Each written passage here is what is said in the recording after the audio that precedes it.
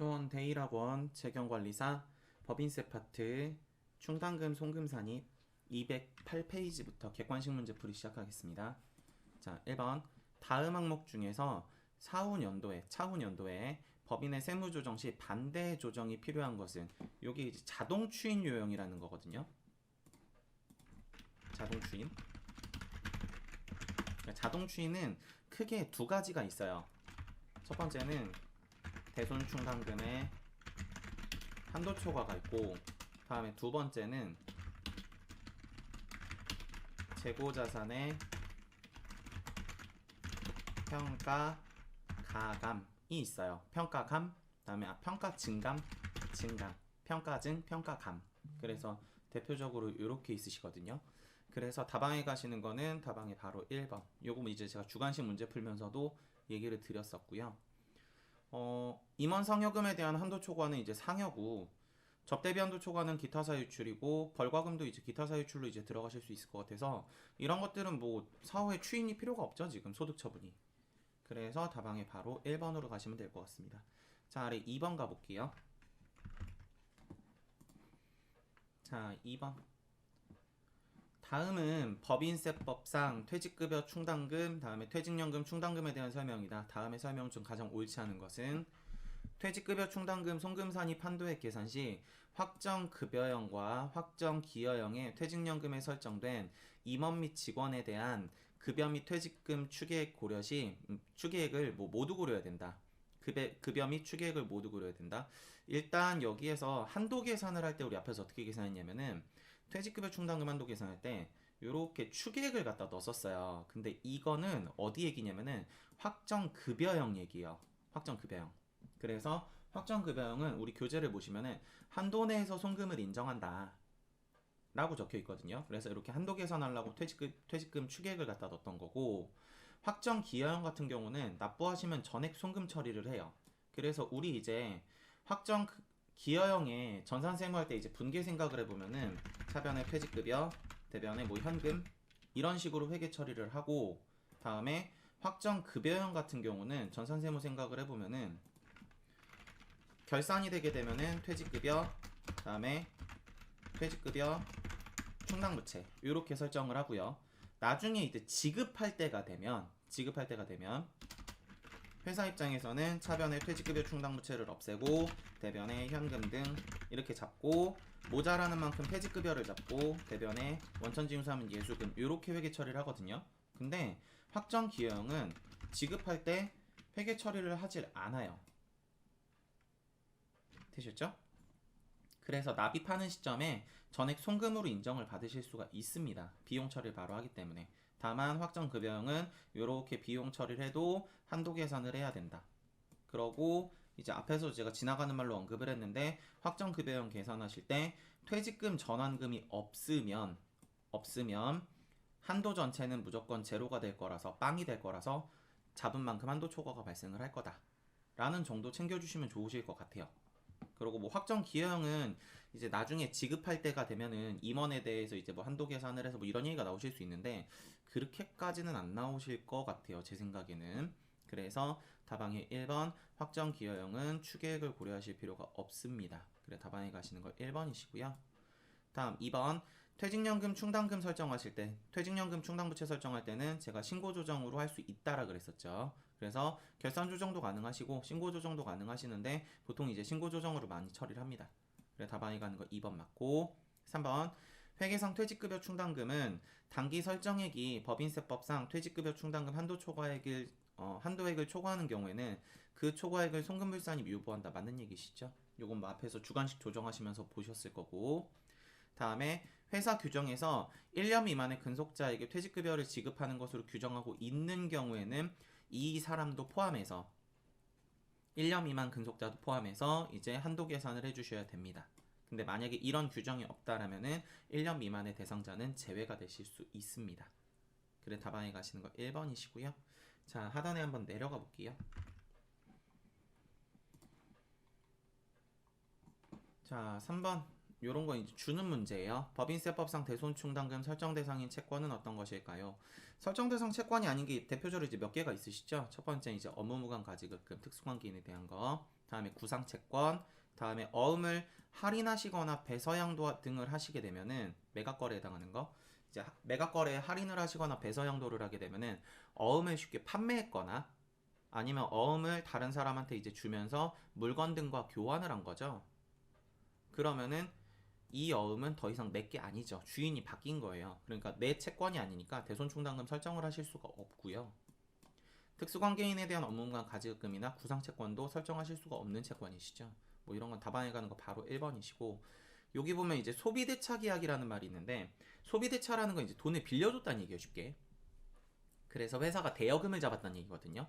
그래서 이런 2, 3, 4번의 채권이 아니라면은 이제 법인세법에서는 대손충당금 설정을 할 때 채권에 대한 제한은 따로 없습니다. 뭐 대여금도 가능하시고요. 다음에 외상매출금이나 바드러움 같은 매출 채권도 가능합니다. 그러고 요거를 조금 이제 비교해 주시면 좋은 게, 부가가치세법상에서 대손세액공제를 하실 때는 대여금에 대해서는 대손세액공제가 안 되죠. 왜냐면 이제 돈을 빌려주는 거래는 부가가치세법상 재화의 공급이 아니니까. 그래서 그 정도까지 정리를 해주시면 좋으실 것 같네요. 자, 다음 아래로 한번 내려가 볼게요. 자, 다음 4번. 자, 4번은 제가 이렇게 해가지고 정리를 또 하나 해놨어요. 요건 이제 제가 앞에서 진도 나가면서도 신고 조정 파트에 4번에 들어가는 게 틀렸습니다, 수정해 드릴게요 해서 수정까지 제가 이제 타자로 쳐놓은 거거든요. 자, 법인세법상 결산에 반영하지 않더라도 대손금의 손금 처리가 가능한 것은, 그러면 회사가 회계 처리를 하지 않았는데 세법상에서 이제 손금으로 비용 인정을 가능하다는 얘기니까 이거는 강제 조정에 해당하는 신고 조정 사유시죠. 그래서 지금 뭐가 있으시냐면은 첫 번째 소멸시효 완성 얘기가 있는데 소멸시효 완성이 없어요. 다음 두 번째, 파산에 관한 법률에 따라서 이제 회생계획 인가를 받거나 아니면은 법원의 면책 결정에 따라서 회수 불능 채권으로 확정이 돼야 되는데, 이제 여기 보면 파산 얘기 보고 바로 이제 체크하시는 분들이 있는데, 법원에 이제 인가 결정 등이 없으시면은요 이거는 결산 조정 사유입니다. 그래서 여기 보면은 채무자의 파산이 있으시거든요. 그래서 이건 결산 조정 사유시고, 다음에 해당하는 사유가 없을 것 같고, 민사집행법 규정에 따라서 채무자의 이제 재산이나 아니면은 경매가 취소된 압류 채권인데 요것도 없어요. 그러면은 여기 있네요. 회생계획 인가 결정에 따라서 회수불능된 채권이 지금 2번 얘기가 있네요. 여기 2번 얘기. 회생계획 인가 결정에 따라서 다음에 회수불능된 확정 채권. 오케이, 그럼 요게 신고 조정이시고 나머지는 다 결산 조정이시겠네요. 그래서 채무자의 파산 결산 조정이고, 다음에 부도 발생일로부터 6개월이 지난 수표 또는 어음, 그리고 저당권을 갖고 있는 경우는 제외한다. 그거 여기 있죠? 2번 얘기. 다음, 그러고 회수기일이 6개월 이상 경과한 채권 중에서 30만원 이하인 소액채권 얘기. 그래서 그거 여기 있죠. 그래서 결산조정의 1, 2, 3번이 지금 4번 문제 1, 2, 3번이시고 신고조정이 2번이 4번 문제 4번이시죠. 그래 답안에 가는 거 4번 신고조정이 됩니다. 자, 하단으로 또 내려가 볼게요. 자, 5번. 제조업을 영위하는 3일에 21기 사업연도 대손충당금 한도 초과액은 얼마일까요?가 있네요. 자, 그러면 제가 앞에서 이제 설명하면서 회사는 총액법상으로서 이제 금액을 바꿔서 봐야 된다 그랬잖아요. 그러니까 요거는 이제 분계를 간단한 결산 분계만 내고 바로 낼 건데, 회사가 잡는 총액법 금액은 제가 뭐라 그랬어요? 기말잔액이라 그랬었죠. 그래서 기초에 잡혀있던 부분을 전부 환입시켜서 0으로 만들고 기말에 총액으로 한 번에 인식한다 그랬죠. 그래서 회사가 총액법상 인식해놓은 금액은 대손상각비 1,500만원, 대변의 대손충당금 1,500만원이구나 라는 거를 기말잔액을 보면서 알 수가 있고, 다음에 세법상 한도 계산을 해보면 세법상 채권잔액에 곱하기 맥스 1%와 대손 실적률이다. 자, 그래서 여기서 이제 대손 실적률 계산을 하셔야 되는데, 대손 실적률은 세법상 대손금액 나누기 세법상 기초 채권 잔액이다 라고 제가 앞에 정리를 해드렸거든요. 그래서 기초라는 건 전기라고 보셔도 괜찮다 그랬었죠. 자, 그래서 지금 나와 있는 게 뭐가 있으시냐면은 단기에 대손충당금 감소액이 있어요. 그래서 요게 이제 대손 발생한 부분이다라고 생각을 할 수 있고, 이거는 대손금으로 인정이 된대요. 인정이 된대요. 자, 그럼 요거는 세법상의 인정을 받았었을 거니까 기중에 뭐 회계 처리한 거에 대한 세무조정 차이도 없었을 거고, 바로 여기다 한번 대입을 해보면 세무상 대손금이 지금 100만 원이고요. 세법상 기초채권 잔액인데 요게 지금 얼마 있냐면 전기에 이제 세무상 설정 대상 채권 잔액은 2억이 있었대요. 그래서 요 자리 들어오는 게 2억이구나 라는 걸 알 수 있고, 100만 원 나누기 2억을 해보시게 되면은요 얼마 나오시냐면은 0.5%가 나오는 걸 확인하실 수가 있어요. 정확히 이제 0.005가 나올 텐데 0.005는 퍼센트로 0.5%니까 요게 이제 위에 대손 실적률 자리로 올라오실 거고, 그럼 대손 실적률이 지금 얼마가 되냐면은 0.5%라는 거 확인을 할 수가 있고, 둘 중에 큰 거니까 1%가 되겠죠.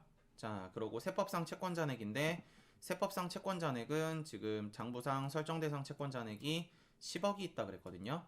근데 기중에 이제 세무조정 차이도 없었어요. 요거 보면 대손금으로 인정됐었다 그랬으니까. 그래서 다방에 가시는 거는 세법상 채권 잔액이 10억,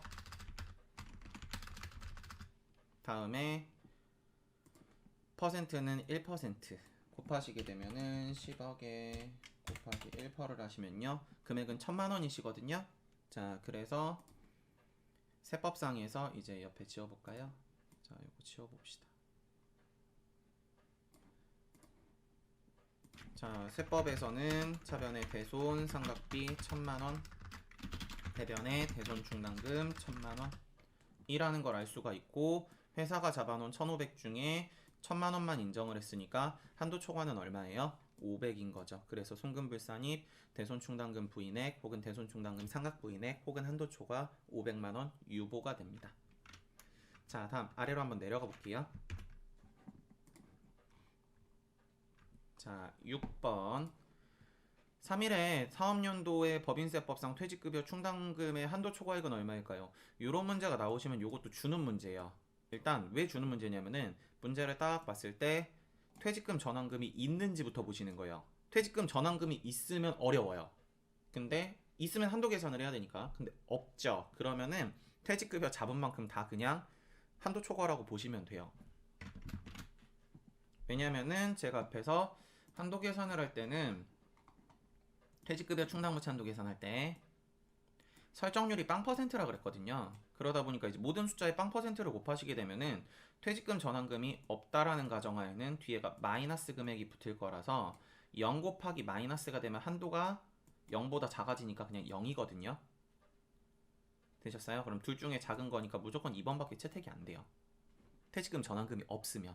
그래서 이거는 뭐 계산을 하질 않아도 단기 전입액 350만 원만큼 전부 다 부인됐겠구나 라는 걸 아실 수가 있고요. 요거에 대해서 일단 혹시 모르니까 제가 산식 정도는 이제 정리를 한번 하면, 혹시 이거 그냥 이러고 넘어가도 될 것 같은데 라고 생각하시는 분들은 그냥 스킵하고 뒤로 넘겨주셔가지고 한번 보시길 바라고요. 저는 이제 온라인에서 문제풀이를 하는 입장이니까 산식을 쓰겠습니다. 자, 요렇게 그러면은 1번이 총 급여액의 5%라 그랬거든요. 그럼 지금 급여가 얼마냐면은 급여와 상여금이 1억 1000이래요. 자, 그래서 여기에 들어가는 게 1억 1000 다음에 5%를 하면 550만 원이 될 거고, 다음에 2번은 이제 퇴직급여 추계액인데 맥스. 자, 퇴직급여 추계액은 맥스라 그랬죠. 그래서 원래는 이제 보험소 이적 기준하고 그다음에 일시 전부 퇴직했을 때 지급해야 되는 퇴직급여 추계액 중에 큰 걸로 가야 되는데 지금 바로 나왔네요. 800으로. 자, 그럼 맥스를 쓸 이유가 없네요. 바로 쓸게요. 퇴직금 추계액 곱하기 빵퍼, 다음에 마이너스, 저는 마이너스를 먼저 뺀다고 앞에 주관식에 설명을 드렸죠. 퇴직급여 충당금 잔액 요거를 뭐 앞뒤를 바꿔서 하시는 거는 산식에 뭐 그렇게 지장은 없어요. 자, 그래서 요렇게. 자, 그럼 일단 퇴직금 추계액이 지금 얼마 있냐면요. 퇴직금 추계액이 800 있어요. 자, 그래서 요 자리 들어가시는 게 800. 요렇게. 자, 그러고 세무상 혹은 세법상. 자, 퇴직급여 충당금 잔액인데 회사에서 지금 기초에 얼마 있었냐면은 700만 원 있었고요. 그걸 기중에 200만 원을 지급을 했대요. 자, 그러면은 장부상 700만 원이 있었는데 마이너스 200만 원을 지급을 했죠. 되셨어요? 그러면 장부상 이제 남아있는 퇴직급여 충당부채는 얼마예요? 500인 거죠. 근데 그 중에서 이제 얼마가 부인돼 있는 거예요? 기초잔액 중에 100만 원이 부인돼 있죠. 그래서 여기에서 마이너스 100만 원을 빼주시게 되면은 세법상 인정되는 퇴직급여 충당부채는 400만 원이구나 라는 걸 아실 수가 있고요. 요게 이제 앞에서 설명드렸던 것처럼 여기가 이제 부인이 100만 원이 있는 건데 100만 원. 자, 근데 이제 지급한 게 200만 원 지급을 했으면은 회사 700만 원 중에서도 다 줄 수가 있고, 그다음에 세법상에선 700 중에 100만 원을 부인했으니까 600만 원 인정하고 있던 거에서 200만 원 지급한 거거든요. 그럼 세법상에서도 다 지급을 할 수가 있어요. 근데 이게 만약에 700만 원을 지급했으면은 조금 달라지실 수 있어요. 근데 우리는 그런 문제가 지금 없기 때문에 그거에 대한 얘기는 요 계산을 할 때 만약에 700 지급하셨으면은 산식이 조금 틀어지실 수 있어요. 그러고 혹은 부인의 금액이 다르면 부인의 금액이 뭐 예를 들어서 550만 원이다. 그러면 이제 산식이 조금 틀어지실 수 있는데 그런 문제가 아니니까 그냥 바로바로 넘어가겠습니다. 그리고 오프라인 학생들은 아마 제가 그렇게까지 풀어드릴 거라고 생각을 합니다. 자, 그래서 계산을 해보니까 세무상 퇴직급여, 세법상 퇴직급여 충당부채가 400만 원이구나 라는 걸 알 수가 있고, 다음에 퇴직금 전환금이 0이라 그랬죠. 그러면 퇴직금 전환금 0. 자, 그럼 마이너스 400만 원인데 마이너스 400은 0보다 작으니까 한도는 얼마로 간주한다? 0으로 간주한다. 그래서 민에 대한 결과값은 빵이다. 그래서 회사가 잡은 전체 1200 부분이 한도가 한 푼도 인정이 안 돼서 350만 원만큼 전부 다 부인된다.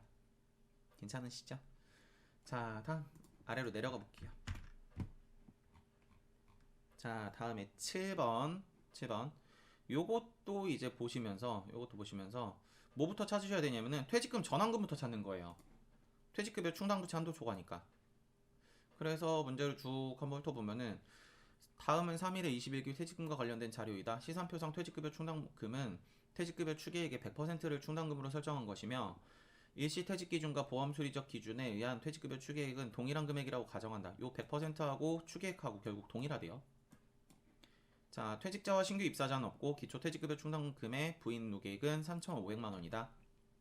매출원가에 포함된 퇴직급여는 없다. 21기 세무조정 시 퇴직급여 충당금 한도 초과액은 얼마일까요? 그럼 퇴직금 전환금이 없네요. 그죠? 자, 그럼 이거 딱 보자마자 그냥 설정한 거 퇴직급여 바로 한도 초과하겠구나. 답안이 3번. 되셨죠? 자, 그래서 이렇게 되시게 되는데 요것도 일단 저는 이제 풀어야 되는 입장이니까 산식을 쓸게요. 알죠? 저는 풀어야 되는 입장이니까 산식을 한번 써보면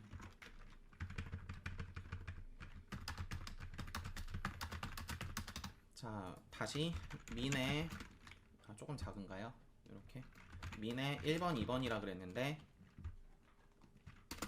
1번 산식이 총 급여액의 5%, 다음에 2번 산식이 퇴직급여 추계액의 0% 마이너스 세무상 혹은 세법상 퇴직급여 충당부채 잔액이라 그랬고 플러스 다음에 퇴직금 전환금이다 라고 제가 얘기해 드렸죠. 그리고 요 산식은 하단에도 있어요. 자, 그래서 우리 지금 나와 있는 게 총급여가 얼마인지 봐야 되는데 총급여가 지금 3억이래요. 그러고 이게 전부 다 임직원에게 지급했다고 얘기가 나와 있네요. 뭐 한도 초과 얘기도 상여 얘기도 없고 한도 초과 뭐 볼 것도 없을 것 같고요. 그래서 3억에 5%를 하면 1번 한도는 1,500.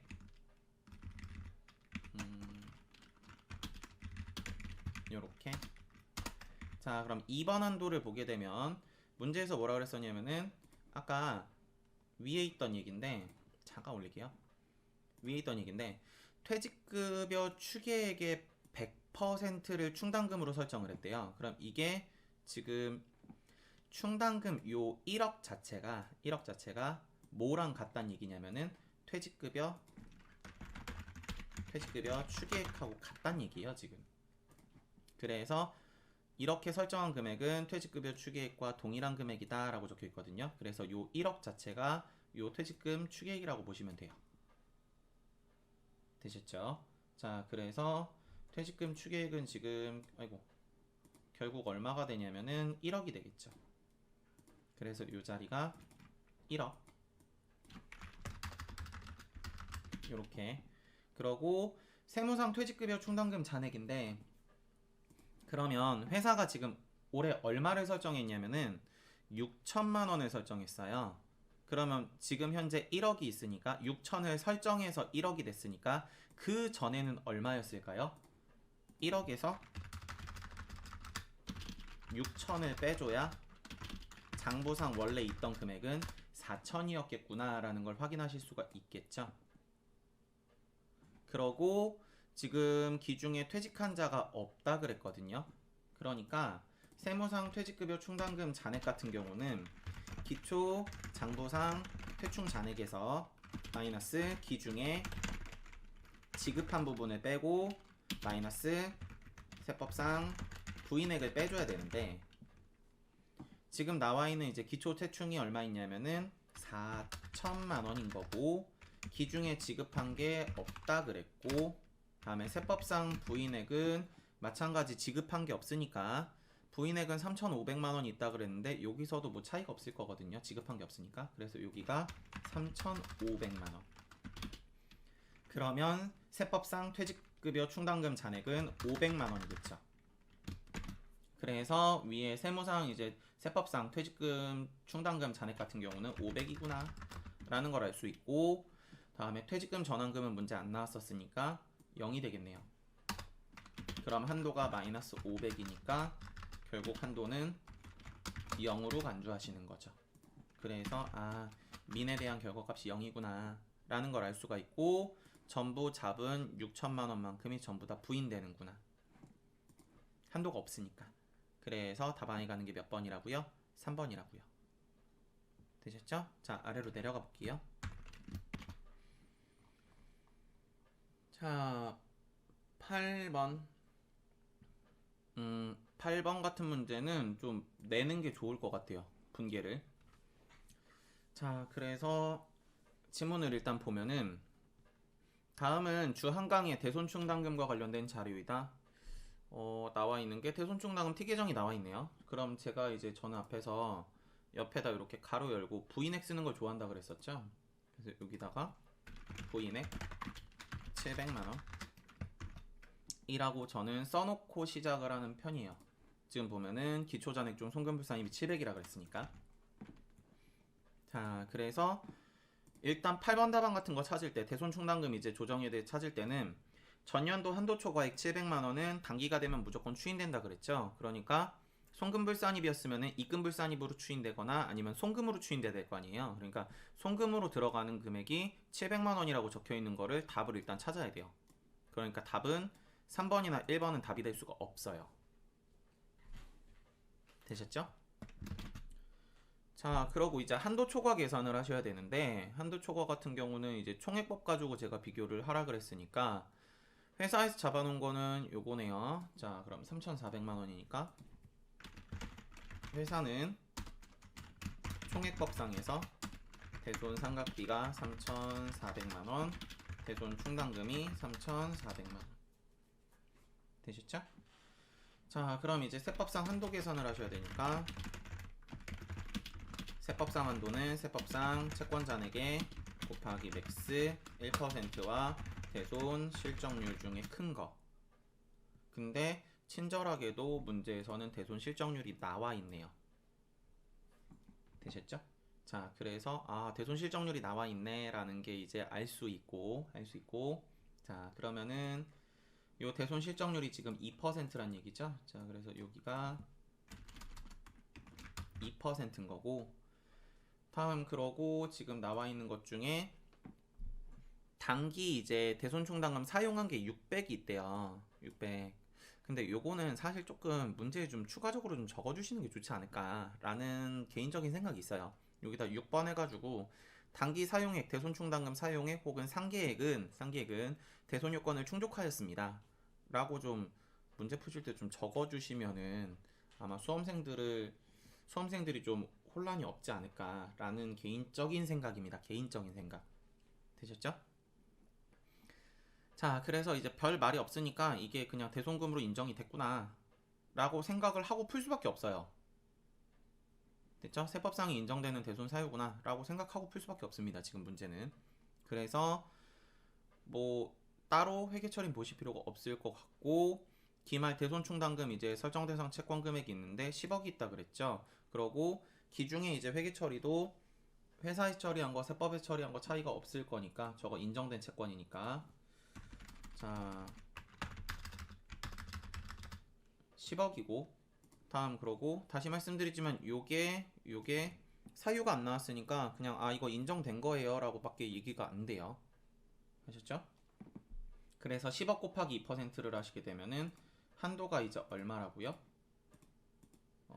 계산을 해보면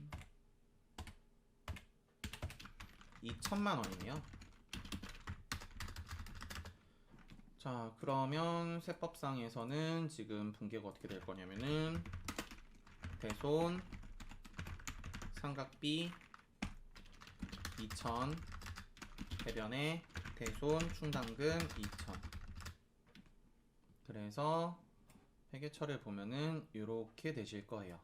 그래서 회사 거, 세법 거. 그럼 회사가 잡아놓은 게 3,400, 다음에 세법에서 잡은 게 2,000. 그러니까 1,400만큼 한도 초과가 발생했겠죠. 그래서 송금불산입 1,400만큼 한도 초과가 발생했습니다. 라는 거를 답으로 체크하실 수가 있겠네요. 자, 요거 이어서 이제 요 생각해 주시고, 요거 생각해 주시고, 다음에 이어서 이제 하단 한번 가볼게요. 9번이 이제 이어지는 문제인데 헷갈리실까봐 전 여기다 한번 쓸게요. 송금불산입 대손 충당금 부인액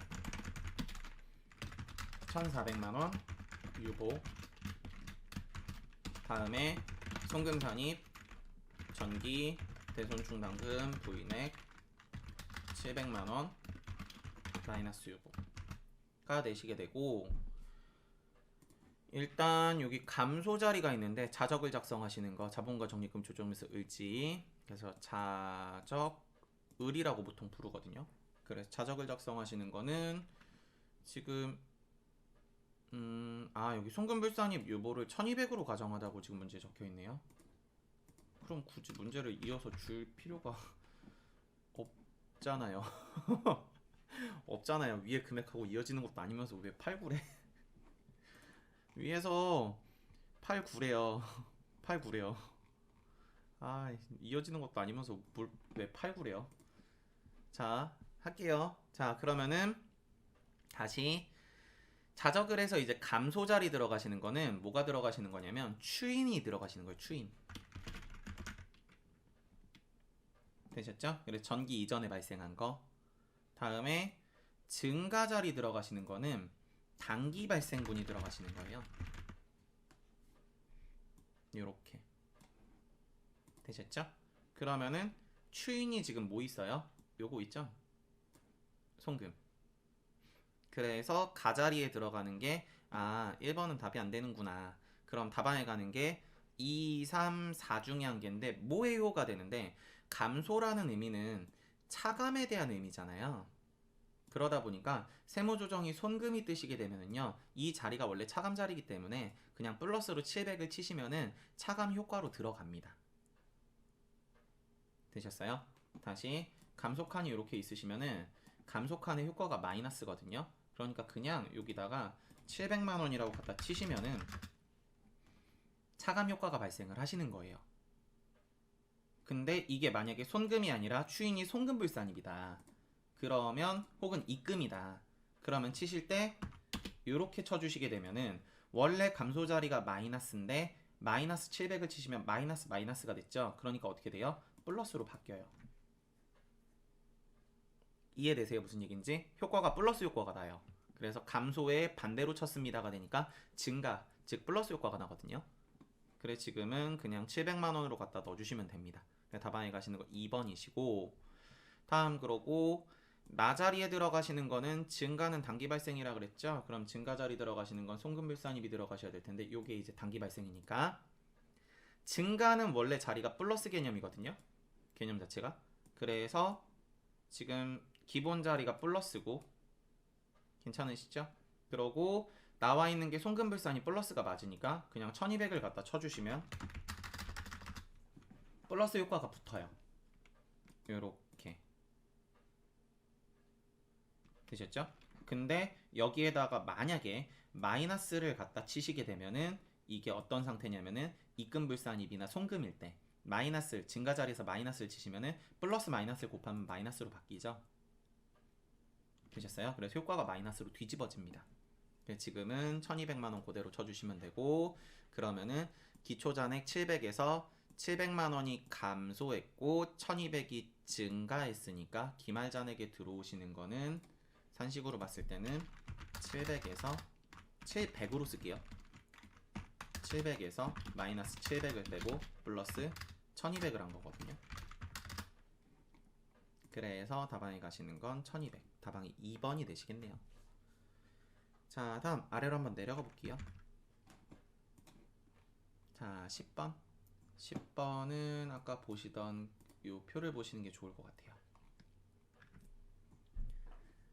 자, 10번. 다음은 법인세법상 대손금과 대손충당금에 대한 실무 담당자들에 대한 대화이다. 틀린 설명을 하고 있는 사람은 누구일까요? 강대리. 부도 발생일로부터 6개월 이상 지난 어음수표는 결산조정 사유이므로 라고 적혀있죠. 그래서 부도 발생일로부터 6개월 이상 지난 거 오케이. 결산조정 사유 맞고, 결산에 반영해야만 결산에 반영해야만 결산조정이 가능하지만 송금산입이 가능하지만 소멸시효 완성 채권은 신고조정 대손 사유에 해당하므로, 자, 소멸시효 완성은 신고조정이시죠. 굳이 결산에 반영하지 않더라도 송금산입이 가능합니다. 오케이, 맞는 얘기시죠. 다음 두 번째 이주임. 특수관계인에 대한 가지급금은요, 앞에서 이거 대손충당금 설정대상 채권에 포함되지 않는다 그랬죠. 대손충당금 설정대상 채권에 포함되지 않으므로 오케이, 맞죠. 3번 대손충당금 설정률은 1%. 다음에 뭐 뒤에 가로 나눠서 그냥 보시면 될 것 같고, 대손실적률 중 큰 금액 1%와 대손실적률 중 큰 금액으로 합니다. 큰 퍼센트로 합니다. 다만 여기서 대손실적률이란 당해 사업연도 현재 채권잔액에 대비하여 라는 말이 있으신데, 요거 제가 앞에 대손실적률 계산할 때 산식 어떻게 써드렸어요? 세법상 대손금의 세법상 기초채권잔액이라 그랬었죠. 근데 이 기초라는 의미가 뭐라 그랬어요? 전기말이라 그랬죠. 전기말. 되셨죠? 그래 당해가 아니라 전기말. 답안에 가시는 거 박과장씨 들리셨고요. 양과장. 대손충당금 설정대상 채권은 매출채권뿐만 아니라 대여금이나 어음이나 이런 것도 제가 가능하다고 얘기 드렸었죠. 그래서 앞에서 이제 문제 풀면서 법인세법상에서는 이제 대손충당금 설정하는 채권에 제한이 없습니다. 다만 뭐 구상채권이나 업무무관 가지급금 특수관계인에 대한 거나 아니면은 뭐 또 이거 말고도 아까 앞에서 뭐 있었죠? 어음의 할인이나 배서양도 한 거 있었죠. 뭐 그런 얘기들에 들어가시면은 제외가 되는구나 라고 제가 얘기를 드렸었죠. 그래서 양과장도 맞는 얘기입니다. 자, 다음 아래로 한번 내려가 볼게요. 자, 11번. 다음 중 법인세법상 대손금 및 대손충당금에 대한 설명으로 가장 올바르지 않은 것은 요거 이제 앞에 방금 했던 얘기죠. 대손충당금은 매출활동에 통한 발생한 외상매출금과 바드러움에만 설정할 수 있으므로 아니죠. 제가 어떤 채권이건 이제 상관이 없는데 안 되는 채권들 이제 세 가지 정도 지금 방금 읊어드렸죠. 자, 2번 대손충당금 설정 한도는 설정대상 채권 금액의 1%와 대손실적률 중 큰 비율. 오케이, 받고. 다음 법인세법상 대손금으로 인정되는 금액 중 회수된 금액은 회수된 날이 속하는 사업연도의 입금이다. 오케이. 그래서 이제 대손금으로 인정된 부분에 대해서 이제 회수가 되시게 되면은 만약에 그게 뭐 손금으로 잡혀 있다. 그럼 뒤집어서 입금으로 이제 처리를 하실 수가 있습니다. 혹은 아니면 이제 세법상에서 대손상각비로 잡았으면은 이제 나중에 그걸 받으시게 되면은 대손상각비를 뒤집어 주시거나 이런 회계 처리를 내실 수 있습니다. 자, 다음 그러고 4번 송금불산입된 대손충당금 한도 초과액은 유보로 소득 처분한다. 뭐 맞는 얘기시죠? 자, 하단으로 내려가 볼게요. 자, 12번 다음 중 법인세법상 대손충당금에 대한 설명으로 가장 올바르지 않은 것은 1번 대손충당금은 법인이 보유하고 있는 채권의 회수가 불가능하게 될 가능성에 대비해서 설정한다. 그쵸? 그래서 추정률을 곱하시죠. 그래서 1%와 대손실적률 중에 큰 거. 그래서 이거 재무회계에서도 이런 얘기 하시죠. 대손충당금이라는 건 뭐 감가도 그렇고 회계의 추정이다. 그래서 예상하는 거죠. 예상. 2번 법인세법상 대손충당금 설정 대상 채권에는 매출채권, 떼여금, 비수금 등이 해당된다. 맞죠? 이거 방금 위에서도 했고. 다음 3번 대손충당금 기말잔액과 비교한다 그랬죠? 왜? 총액법이니까. 그래서 기말잔액과 한도액을 비교해서 한도 초과를 계산한다. 오케이. 다음에 4번 한도 미달액은요? 한도 미달액은요? 송금 산입한다? 아니죠. 결산 조정이니까 조정을 하실 필요가 없죠. 한도 미달이시면. 다음 아래 내려갈게요. 마무리 13번. 다음 중 법인세법상 대손 처리할 수 있는 채권은 어떤 것일까요?가 있네요. 요거 아까 대손충당금 설정하는 거랑 비슷해요. 비슷해요. 그래서 특수관계인에 대한 업무무관 가지급금 안 되고요. 이거 대손 처리도 안 돼요. 다음에 구상채권도 대손 처리도 안 되고, 다음에 대손세액공제를 받았는데 법인세법상에서 대손금을 또 받을 순 없어요. 이중공제가 되니까. 그래서 부가가치세 매출세액으로서 이제 대손세액공제를 받게 되면 법인세법상에서는 대손 처리를 못합니다. 되셨죠? 이중공제가 되니까. 그래 다방에 재판상 화해 및 화해 권고에 따라서 회수 불가능한 채권에 대해서는 결산조정상 6번에 있으시죠. 제가 진도 요거 문제 풀면서 수정해드렸던 거. 그래 다방에 가시는 거 4번입니다. 되셨죠? 자, 그래 충당금 객관식 문제풀이는 여기까지 진행하겠습니다. 수고하셨습니다.